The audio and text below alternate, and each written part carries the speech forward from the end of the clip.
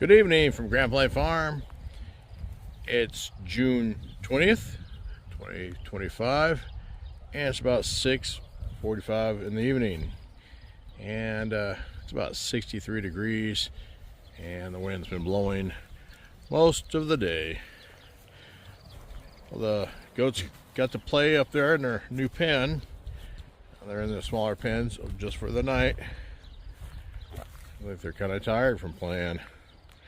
They're awful mellow. Of course, they've been snacking all day long in the weeds, so that's good for them. Edith eating her grain. Poor Billy goat, you don't get out. Not yet.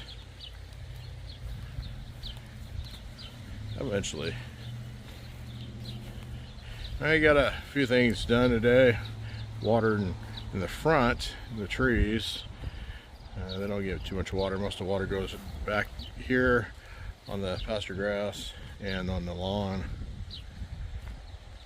So today is Friday, so the weekend starts tomorrow. Hopefully the boys come over and fix my Tahoe, because it's really needs to be done. Got some trips planned for it. So anyway, I do appreciate you watching. Have a great weekend. Catch you next time.